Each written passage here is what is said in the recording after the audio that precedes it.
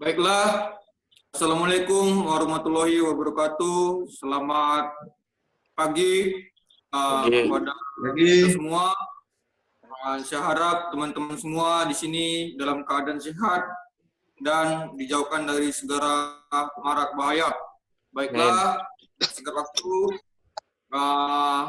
kita saat ini akan melaksanakan diskusi terkait dengan konfigurasi politik dan karakter produk hukum di era demokrasi liberal. Nah, sebelum itu kita akan memperkenalkan terlebih dahulu partisipan dan anggota yang akan berdiskusi pada diskusi kita kali ini. Saya David Riolan Artonang sebagai pemandu atau host dalam diskusi kali ini, dan mungkin teman-teman bisa memperkenalkan diri, dimulai dari rekan kita Supriyadi Pridol. Selamat malam, selamat siang. Perkenalkan, nama saya adalah Safriyadi Pridol.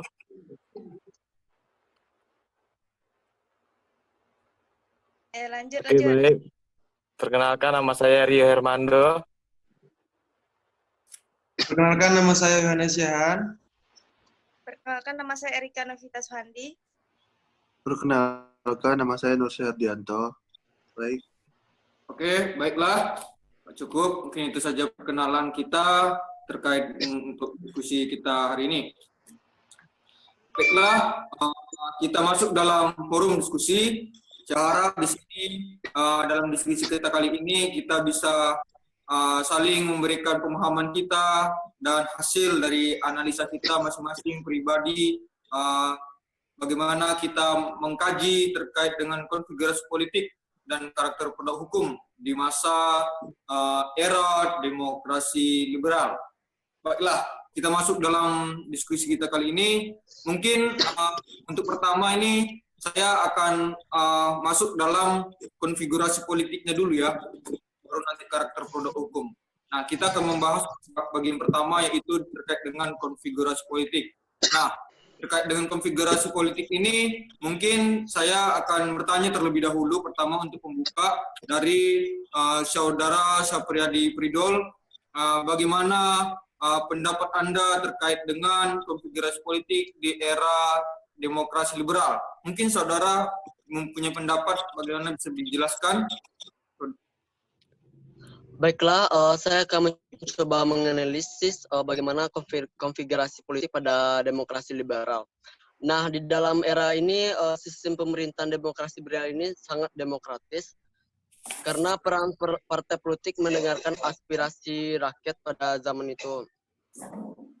Nah, selain itu, kebebasan pers pada zaman era demokrasi liberal ini tidak ada penindasan atau intimidasi pada zaman era konfigurasi politik pada zaman demokrasi liberal. Terima kasih. Oh, baik. Terima kasih. Berarti saya tangkap bahwasanya dari saudara kita Supriyadi Pridol menganggap bahwasanya di era demokrasi liberal ini tidak ada penindasan yang dilakukan oleh pemerintah terhadap rakyatnya. Jadi masih dalam demokrasi liberal ini semua sistem pemerintahan masih berjalan dengan baik. Apakah begitu, Saudara Pridol? Yap, itulah yang analisis saya. Oh, jadi begitu analisisnya. Baik, terima kasih. Berarti ini dalam kajian saudara berarti ini terkait dengan peran pemerintah ya, lembaga perwakilan rakyat ya? Yap. Ya, berarti saudara menjelaskan terkait dengan peran lembaga perwakilan rakyat ya, berarti begitu? Ya, benar. Ya, oke. Mungkin itu ya analisisnya ya. Oke, untuk yang mungkin saudara Rio Hermando saya pengen tahu bagaimana pendapat saudara terkait dengan konfigurasi politik di era demokrasi liberal ini. Mungkin dari kajian aspek apa saudara bisa mengkaji konfigurasi politik ini? Saya serahkan kepada saudara Rio Hermando. Oke, terima kasih kepada Saudara David. Saya akan menjelaskan sedikit dari pandangan saya mengenai konfigurasi politik hukum di era demokrasi ini. Jadi menurut pendapat saya terkait politik hukum di era liberal ini merupakan salah satu sejalan dengan liberalisme yang dianut pada periode atau era kebebasan pers. Maka kebebasan pers ini juga hidup di dalam irama itu pada kurun waktu yang bermunculan pada pers mahasiswa. Di samping pers umum, jika pada tahun 1945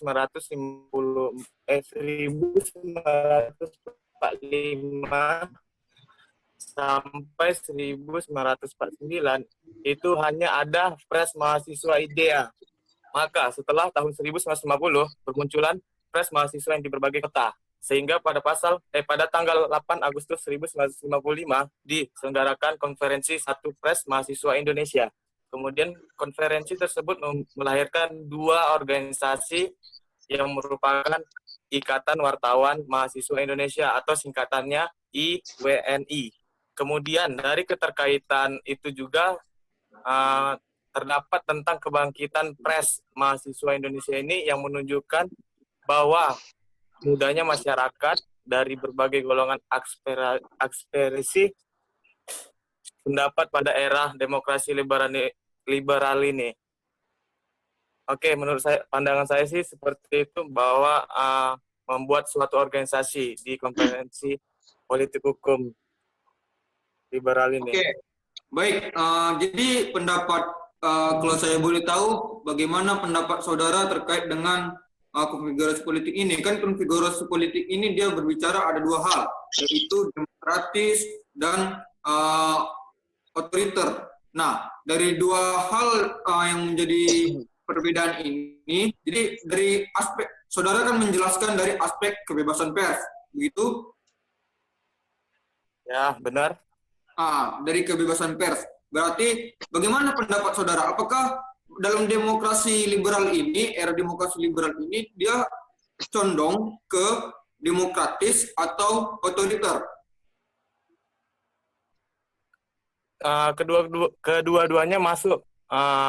Buat David, waktu ada masuk ke demokrasi seperti yang kayak kawan kita jelaskan tadi mengenai demokrasi politik yang liberal tersebut dari anggota DPR, pemerintahan termasuk tuh. Oh, begitu. Jadi yang saya tangkap bahwasanya dari seperti gerakan-gerakan mahasiswa, gerakan-gerakan dari mahasiswa juga mahasiswa lah. Oh, dari situ bisa menjadi patokan bahwasanya masih ada kebebasan pers yang demokratis dan otoriter di zaman era liberal ini. Oke, ya benar. Oke, baik. Terima kasih untuk penjelasannya. Ya, mungkin untuk konfigurasi politik, saya masih pengen tahu, mengkaji lebih dalam lagi, pengen tahu berbagai pendapat dari rekan-rekan sekalian. Mungkin saya akan lebih pengen perdalam lagi terkait dengan konfigurasi politik ini dari pandangannya saudara kita Yohanes Yaan. Mungkin saudara Yohanes Yaan bisa memberikan penjelasannya atau argumentasinya terkait dengan konfigurasi politik ini. Untuk saudara Yohanes Yaan, dipersilakan. Oke, baik. Menarik sekali ketika kita membahas terkait demokrasi liberal. Ya, pada prinsipnya demokrasi liberal ini adalah sebuah sistem pemerintahan yang benar-benar kayak sistem pemerintahannya itu kan dipimpin oleh legislatif gitu ya.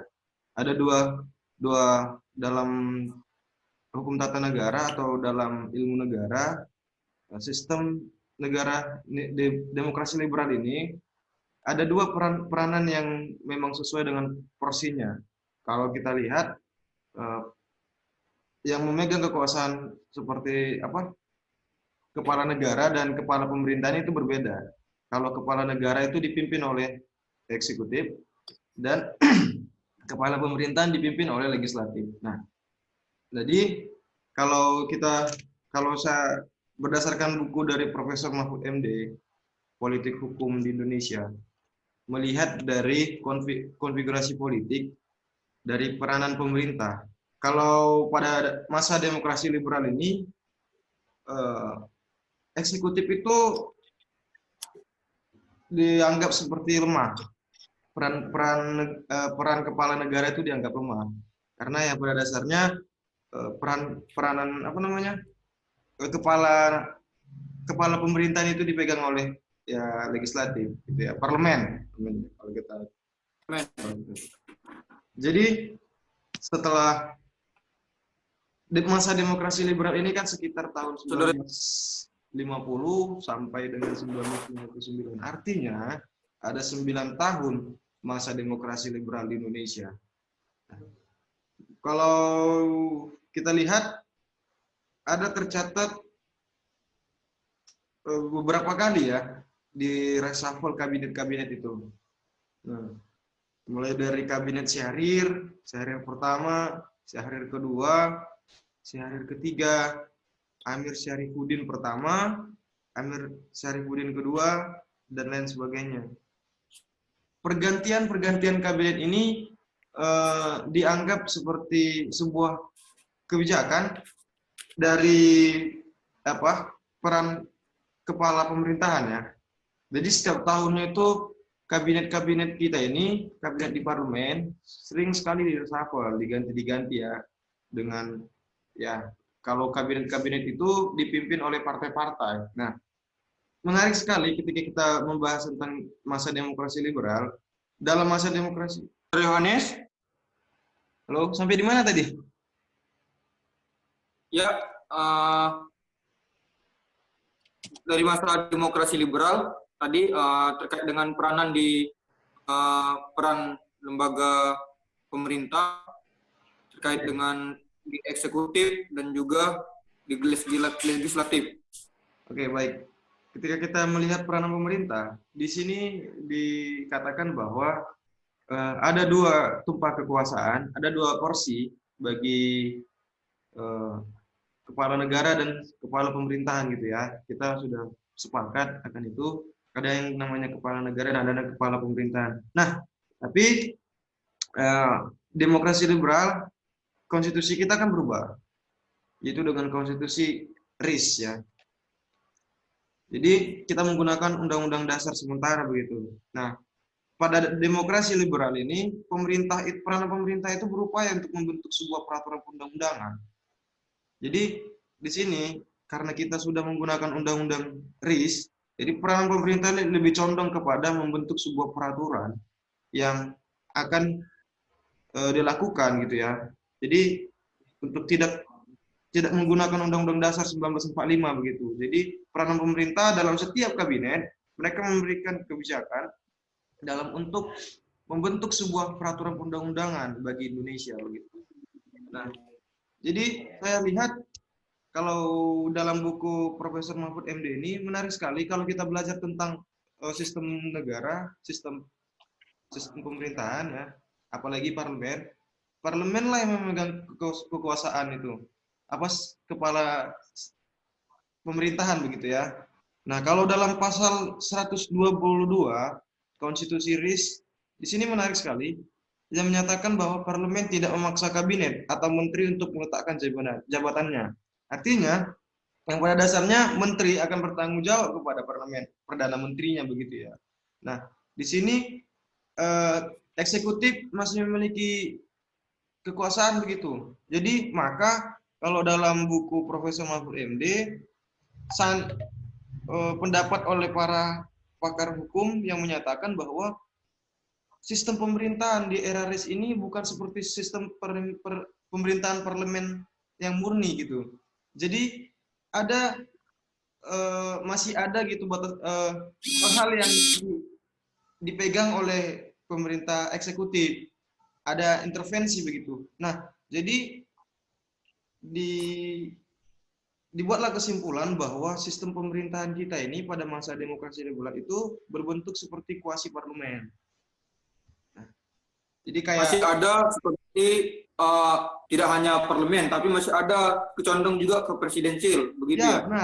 Benar. Kalau kalau nggak rasa itu menurut Aka Prigodigo. Dia menyatakan bahwa sistem pemerintahan pada masa itu ada cenderung juga sebagai sistem pemerintahan presidensial.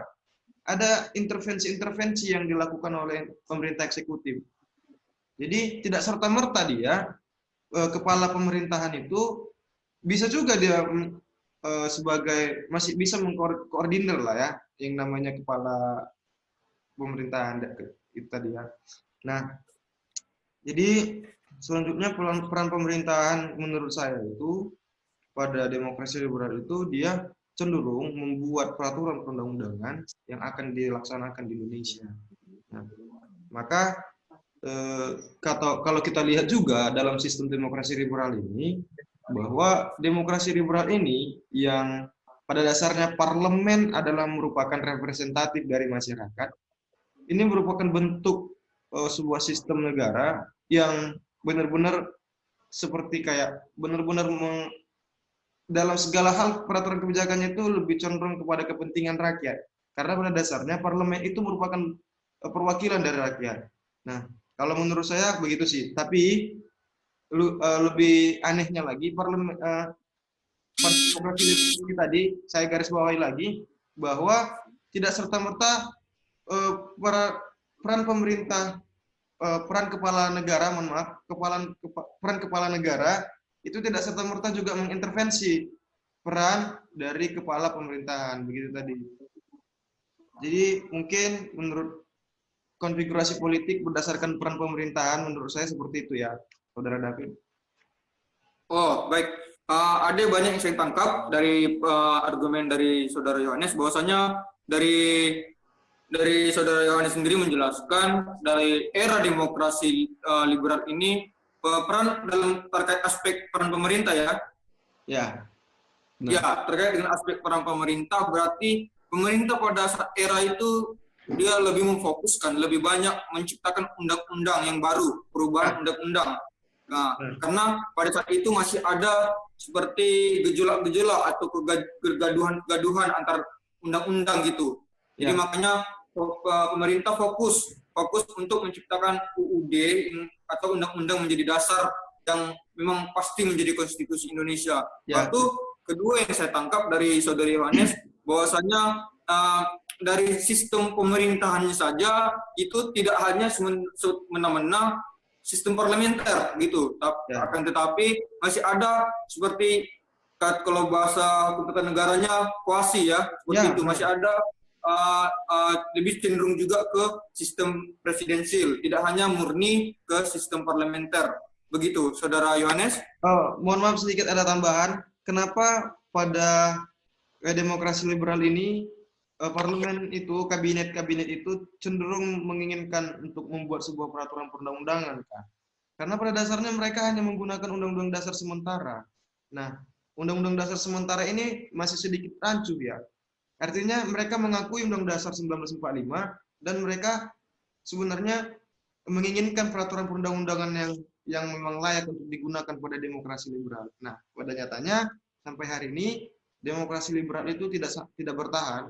Bahkan karena mungkin gejolak-gejolak pergantian parlemen, hal-hal yang untuk membuat sebuah peraturan perundang-undangan itu saya rasa belum tercapai. Maka kembali lagi lah kita menggunakan Undang-Undang Dasar 1945. Mungkin berikut. Oke, baik. Terima kasih untuk Saudara Yohanes, sangat lengkap sekali ya. Menurut saya terkait dengan penjelasan yang Saudara berikan terkait dengan konfigurasi politik, saya bisa menilai bahwasanya masih ada sistem pemerintahan yang demokratis dari sistem di era demokrasi liberal. Begitu yang saya tangkap. Baiklah, mungkin karena saya melihat bahwasanya dari ketiga partisipan diskusi kita tadi menilai bahwasanya di konfigurasi politik di era demokrasi liberal itu sepertinya saya menilai saya masih menakar bahwasanya masih ke sistem konfigurasi politik yang bersifat demokratis begitu, karena saya menilai dari tiga penilaian masih di era liberal ini masih bersifat demokratis berarti.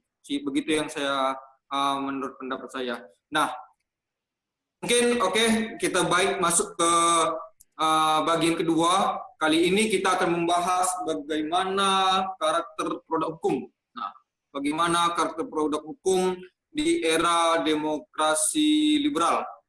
Nah, di sini mungkin saya akan memberikan kepada karena di sini sudah ada 6 orang dan sudah 3 orang yang menjelaskan. Nah, tinggal 2 lagi. Saya akan memberikan waktu untuk kepada salah satu dari saudara kita untuk menjelaskan terkait dengan bagaimana karakter produk hukum di era demokrasi liberal. Nah, saya pengen tahu nih bagaimana karakter produk hukum pada era demokrasi liberal ini. Nah, langsung saja saya pengen tahu bagaimana argumentasi pendapat dari saudara Dian. Nah, dari saudara Dian terkait dengan karakter produk hukum di era demokrasi liberal ini. Kira-kira bagaimana pendapat dari saudara?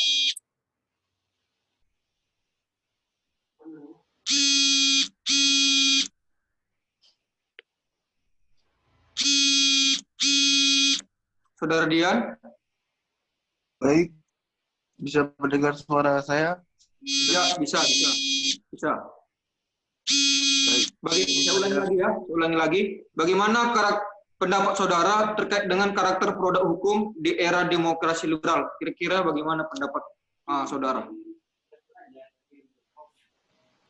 Baik, sedikit saya ingin menjelaskan di dalam buku Prof. Mahmud ini, apa itu karakter produk hukum responsif dan ortodoks. Jadi dalam buku Prof. Mahmud ini membedakan corak atau konfigurasi politik menjadi 2 kutub.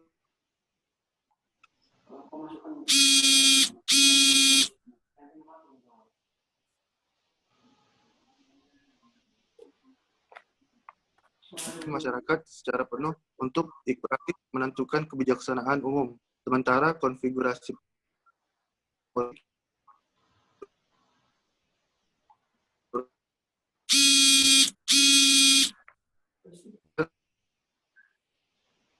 Bagaimana Bang Dian? Mungkin bisa dicari posisi yang buat sinyal bagus, mendapatkan sinyal bagus. Kami di sini tidak mendengar suara. Maaf, Fit. Sinyal lagi tidak bagus, Fit. Oh, ya mungkin singkat aja Bang. Bagaimana kalau gitu singkat aja bagaimana sih pendapat Abang terkait karakter produk hukum Bang? Gitu.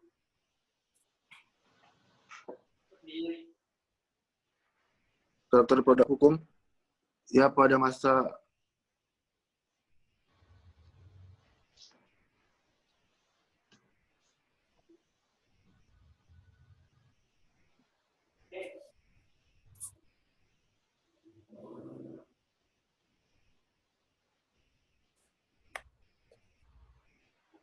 Baik, pada periode ini lahir maklumat pemerintah. ya lanjut Bang, lanjut. Pada masa demokrasi liberal ini lahir Undang-Undang Nomor 7 Tahun 1953 tentang Pemilu. Undang-undang ini dapat diidentifikasi sebagai undang-undang yang sangat responsif. Undang-undang tersebut dapat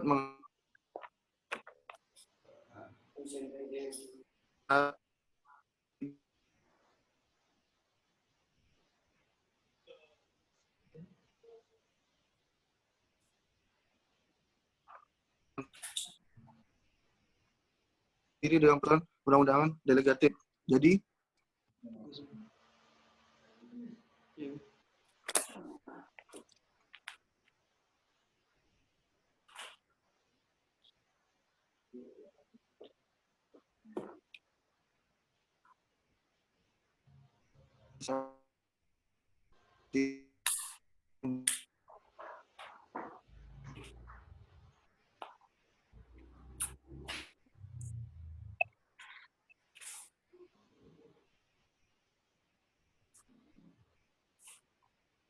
Baik, untuk mempersingkat waktu mungkin soal Bang Dian ya sinyalnya inilah mungkin agak kelemahan dari karena maklum kita diskusi online jadi wajar aja itu terjadi gangguan dari signal jaringan telekomunikasi. Baik, mungkin saya pengen lebih tahu dari saudari Erika. Nah, ini perempuan satu-satunya ya di diskusi kita kali ini, perempuan cantik. Maka saya ingin tahu bagaimana karakter produk hukum di era demokrasi liberal ini menurut dari pendapat saudari Erika. Bagaimana saudari Erika? Terima kasih sebelumnya kepada moderator. Di sini saya akan menjelaskan sedikit mengenai karakter produk hukum pada masa Pemda periode demokrasi liberal. Jadi karakter produk hukum ini mengacu pada pasal 18 Undang-Undang Dasar 1945 yang dimana dinyatakan sebagai berikut. Pembagian daerah Indonesia atas dasar daerah besar dan kecil dengan bentuk dan susunan pemerintahannya ditetapkan dengan undang-undang dengan memandang dan mengingati dasar permusyawaratan dalam sistem pemerintahan negara dan hak-hak usul-usulan dalam daerah yang bersifat istimewa. Namun di sini ada tujuan desentralisasi pada pasca kemerdekaan adalah untuk mencapai demokrasi, yang dimana ada keterkaitan desentralisasi dan demokrasi. Terdapat 3 faktor memperlihatkan kaitan eratnya. Yang pertama, untuk mewujudkan kebebasan. Yang kedua, untuk menumbuhkan kebiasaan rakyat memutuskan sendiri berbagai kepentingan yang bersangkutan langsung pada rakyat. Yang ketiga, untuk memberikan pelayanan yang sebaik-baiknya terhadap masyarakat yang mempunyai ketentuan yang berbeda. Lanjut, di sini saya akan membahas mengenai 3 undang-undang yang berlaku pada masa ini, yaitu pertama ada Undang-Undang Nomor 1 Tahun 1945, ada Undang-Undang Nomor 22 Tahun 1948, ada Undang-Undang Nomor 1 Tahun 1957. Yang dimana kita lihat di sini diwarnai dengan upaya yang merealisasikan prinsip demokrasi pada masa praktek otoriter daerah yang seluas-luasnya. Namun di sini program penyusunan pemerintah pusat dan pemerintah daerah masih mengacu pada pasal 1 Undang-Undang 1945 yang memberikan KND kedudukan kepada BPD adalah tindakan politik yang bertujuan untuk menciptakan otoriter yang lebih luas daripada otoriter pemerintahan Hindia Belanda. Dan di sini saya ingin menyinggung sedikit mengenai konfigurasi politiknya. Konfigurasi politik yang demokratis berakhir pada tahun 1959 ketika pada tanggal 5 Juli 1959 Presiden Soekarno mengeluarkan dekret 5 Juli 1959 yang kemudian dianggap sebagai jalan tampilnya sosok demokrasi terpimpin. Namun di sini produk hukum yang berlapaskan demokrasi liberal yang berlandaskan Undang-Undang Dasar sementara 1950 harus tetap memperhatikan Undang-Undang Dasar 1945. Sehingga pada periode ini konfigurasi politik ditampilkan dalam bentuknya yang otoriter. Maka dapat saya tarik sedikit kesimpulan mengenai pada masa demokrasi liberal ini, produk hukum yang dilahirkan adalah hukum yang berkarakter responsif. Sekian dari saya. Oh, begitu ya. Teman-teman ada mendapatkan ini nggak? Pemberitahuan waktu habis? Ada. Ada ya? Barusan. Iya, tadi aku Barusan. pun juga tadi aku juga keluar sendiri dia. Pas aku menyampaikan materiku kan. Terus tiba-tiba pas dia nge-save sendiri videonya yang udah aku record, tiba-tiba aku masuk lagi. Itu gimana itu? Aku tadi mau bilang itu juga. Recordingnya? Iya, jadi yang pertama kepotong karena kan cuma aku yang record kan. Aku tadi keluar pas aku ngomong. Oh, nanti itu mungkin nanti bisa dicek lagi lah. Mungkin yang terpotong tadi itu udah tersave. Nanti ini juga tersave lagi nanti. Jadi 2 ada video yang terpotong gitu. Nggak apa. Mungkin Zoom kita belum keluar gitu sekarang. Oke ya, itu aja ya pendapatnya Saudari Erika. Iya. Oke, baik. Baiklah, saya akan sedikit menambahkan dari pendapat pribadi saya sendiri terkait dengan bagaimana karakter produk hukum di era demokrasi liberal ini mungkin saya akan memberikan juga penjelasan argumentasi saya.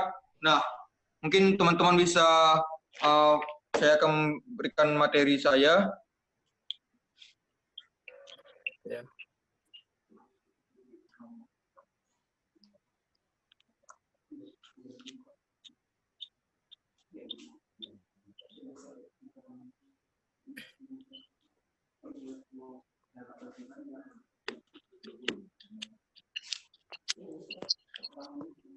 Nah, ini materi saya.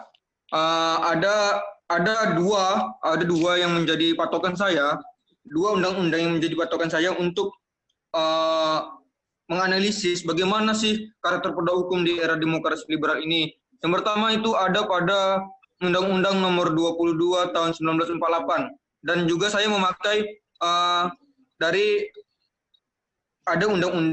Undang-Undang Nomor 1 Tahun 1957. Namun saya akan kaji dari pertama Undang-Undang Nomor 22 Tahun 1948. Nah, jika dilihat dari segi saya melihat ada beberapa segi. Segi pertama, segi susunan pemerintahan daerah. Ini berbeda dengan Undang-Undang Nomor 1 1945 yang digantikannya. Jadi Undang-Undang Nomor 22 Tahun 1948 ini menentukan satu macam satuan pemerintah, yaitu Satuan Pemerintah Daerah Otonom. Jadi ada buktinya. Buktinya itu di dalam pasal 1 ayat 2, dia disebutkan daerah otonom lain, yaitu daerah atau daerah istimewa. Yakni daerah mempunyai hak asal usul sejak zaman sebelum proklamasi kemerdekaan. Itu dilihat dari segi susunan pemerintahan daerahnya.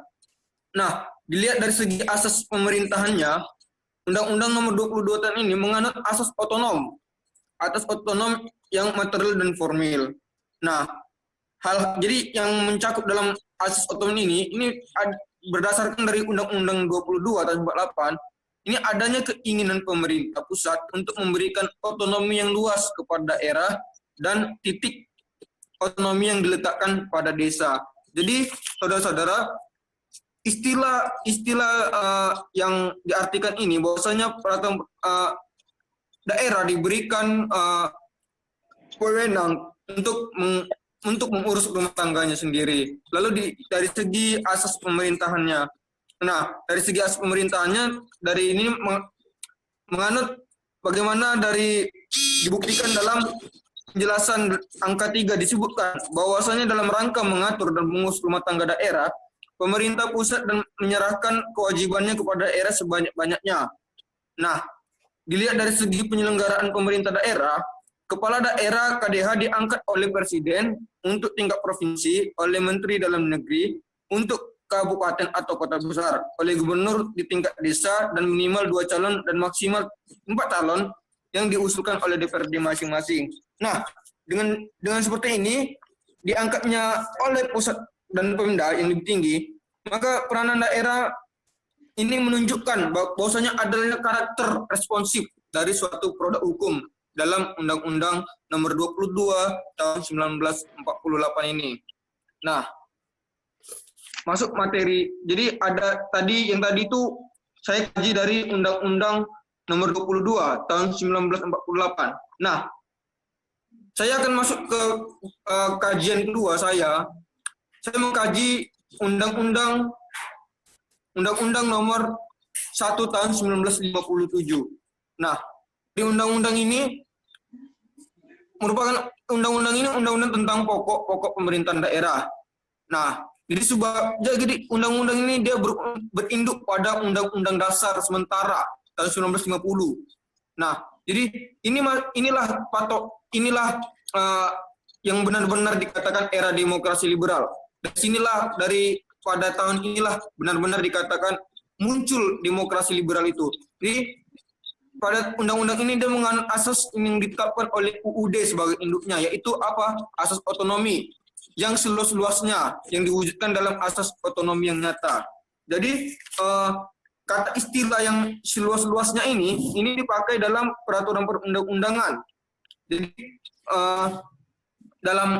ini dibuktikan dalam pasal 131 ayat 2. Kepala daerah kepada daerah-daerah diberikan otonomi seluas-luasnya untuk mengurus rumah tangganya sendiri. Jadi istilah yang seluas-luasnya ini dipakai dalam peraturan perundang-undang yang akan lahir kemudian. Nah, jadi ada pembatasan. Jadi dari ketentuan ada juga dari ketentuan pasal 35 UUDS 1945. Nah, 1950. Dan ada muatan lengkap dari situ. Dalam Undang-Undang Nomor 7 tahun 1953 ada asas pemilihan. Apa aja antara asas itu? Yaitu asas periodik, jujur, berkesamaan atau adil, bebas, rahasia dan langsung, demokrasi, desentralisasi dan negara hukum. Nah, jadi dari sini kita dapat melihat bahwasanya dari produk hukum yang ada ini, karakter produk hukum di era demokrasi liberal ini, saya menilai bahwasanya produk hukum ini bersifat responsif. Kenapa saya katakan bersifat responsif? Sebab ada tindakan dari pemerintah pusat untuk memberikan peluang kepada pemerintah daerah mengurus rumah tangga sendiri tanpa intervensi dari pemerintah pusat. Jadi dia diberikan ruang, diberikan kewenangan. Ya silakan jika daerah ingin mengurus rumah tangga sendiri, tidak ada batasan, tidak ada yang dapat mencegah atau apapun begitu. Jadi dari sini kita melihat bahwasanya dari dua undang-undang ini menunjukkan gitu bahwasanya adanya karakter produk hukum yang responsif di sistem pemerintahan di era demokrasi liberal. Nah, saya mengutip sedikit. Jadi bagaimana itu menyimpulkan bahwasanya Undang-Undang Nomor 22 tahun 98 itu kan tidak dilaksanakan sebagai mestinya. Maka karena dua faktor tersebut, Undang-Undang Nomor 22 tahun 98 tadi itu tidak terlaksana sebagai mestinya. Maka itu disempurnakan dengan Undang-Undang Dasar Nomor 1 tahun 1957. Nah, di mana di pasal 131 ayat 2 ini yang dikatakan kepada daerah-daerah diberikan otonomi seluas-luasnya untuk mengurus rumah tangganya sendiri. Nah, jadi di sini dapat saya simpulkan bahwasanya adanya karakter produk hukum yang responsif dari di era demokrasi liberal ini. Dari dua patokan ini, dari Undang-Undang Nomor 22 tahun 1948 dan Undang-Undang Nomor 1 tahun 1957. Nah, itu yang menurut dari pendapat dan hasil dari kajian saya terkait dengan karakter produk hukum di era demokrasi liberal. Mungkin teman-teman bisa apakah teman-teman memahami begitu apa yang saya jelaskan?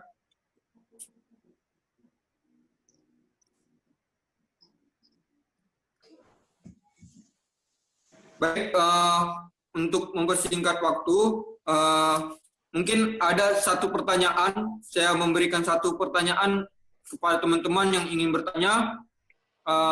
Satu saja, mungkin ingin bertanya terkait apa saja sih yang kita tadi bahas, dan tadi teman-teman ada yang memberikan argumentasi. Nah, mungkin apa saja ada yang ingin bertanya? Baik, moderator, saya ingin bertanya. Saya ingin bertanya mengenai pemerintahan berdasarkan masa demokrasi liberal. Yang ingin saya tanyakan adalah apakah yang menjadi indikator pada pelaksanaan sistem masa demokrasi liberal tersebut? Indikatornya ya?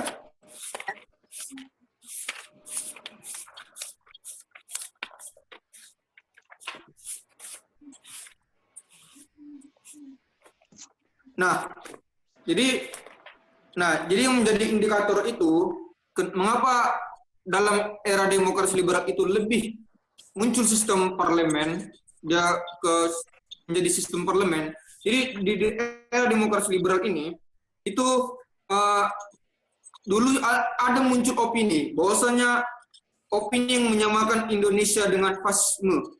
Jadi dalam hal ini, ketika Komite Nasional Indonesia Pusat (KNIP) itu dilantik pada tanggal 29 Agustus 1945. Pada waktu itu Presiden menyatakan bahwa dalam masa peralihan sebelum adanya perwakilan rakyat, maka kekuasaan ada di tangan Presiden. Nah, jadi kebijakan presiden ini yang mengatakan bahwasanya sebelum ada perwakilan rakyat, maka kekuasaan ada di tangan presiden. Jadi kekuasaan seperti ini menimbulkan kesan bahwasanya kekuasaan itu terpusatnya ada di tangan presiden. Jadi menimbulkan kesan bahwasanya ada sikap diktator gitu. Jadi dari presiden yang dianggap tidak berada di dalam kedaulatan rakyat pada masa itu. Inilah yang menjadi salah satu indikator mengapa timbul sistem parlementer. Jadi untuk melawan anggapan bahwasanya nanti terjadi diktator dari presiden, maka itu timbullah usaha-usaha untuk membangun cara pemerintahan yang demokratis. Nah, yang waktu itu pemilihannya adalah sistem parlementer. Nah, lalu dari undang-undangnya, dari situ undang-undang juga menjelaskan, ada terbukti di Undang-Undang Dasar 1945 pada pasal 6 dituliskan bahwasanya bahwa presiden itu dipilih oleh Majelis Permusyawaratan Rakyat (MPR) dan di dalam penjelasan UUD itu sistem pemerintahan negara. Jadi kunci pokok ketiga bahwa presiden bertanggung jawab dan tunduk pada MPR serta menjalankan putusan-putusan MPR. Maka dapatlah dikatakan dari UUD 1945 ini, negara pada masa itu menganut sistem parlementer. Namun masih ada sedikit bercondong juga ke sistem presidensial. Tapi itu menjadi salah satu indikator juga terjadinya sistem parlemen. Lalu saya mengambil kutip dari pendapatnya George McCahin, melihat bahwasanya perubahan dari sistem parlementer yang liberal ini semula didorong oleh sekelompok muda revolusioner yang merasa kurang setuju dengan kekuasaan negara di bawah pimpinan Soekarno pada waktu itu. Jadi mereka itu menolak bahwasanya sistem yang berlaku pada pemerintah Soekarno ini didominasi oleh orang-orang pada masa penjajahan itu, orang-orang Jepang, penduduk Jepang yang memiliki jabatan tinggi. Jadi orang-orang Indonesia itu menjadi bawahan, tidak bisa menyentuh pemerintah. Itulah menjadi indikator bahwa mengapa terjadinya sistem parlementer di era demokrasi liberal. Itu pendapat dari saya. Bisa terima? Ya, bisa. Terima kasih, moderator. Oke, baik. Terima kasih. Mungkin itu saja. Sudah cukup mungkin diskusi kita kali ini. Terima kasih untuk rekan-rekan semua yang sudah mau berdiskusi pada hari ini. Semoga apa yang diskusi yang sudah kita berikan, argumen yang sudah kita penjelasan itu semua itu berguna bagi kita semua. Jadi nanti diskusi ini juga bermanfaat, menambah ilmu untuk kita semua. Terima kasih untuk rekan-rekan semua. Saya sebagai moderator berterima kasih atas partisipasinya terkait dengan diskusi kita kali ini. Terkait diskusi yaitu konfigurasi politik dan produk hukum di era demokrasi liberal. Terima kasih untuk teman-teman sekalian. Diskusi kita pada kali ini saya tutup. Assalamualaikum warahmatullahi wabarakatuh. Selamat pagi. Waalaikumsalam warahmatullahi wabarakatuh. Lagi. Pagi.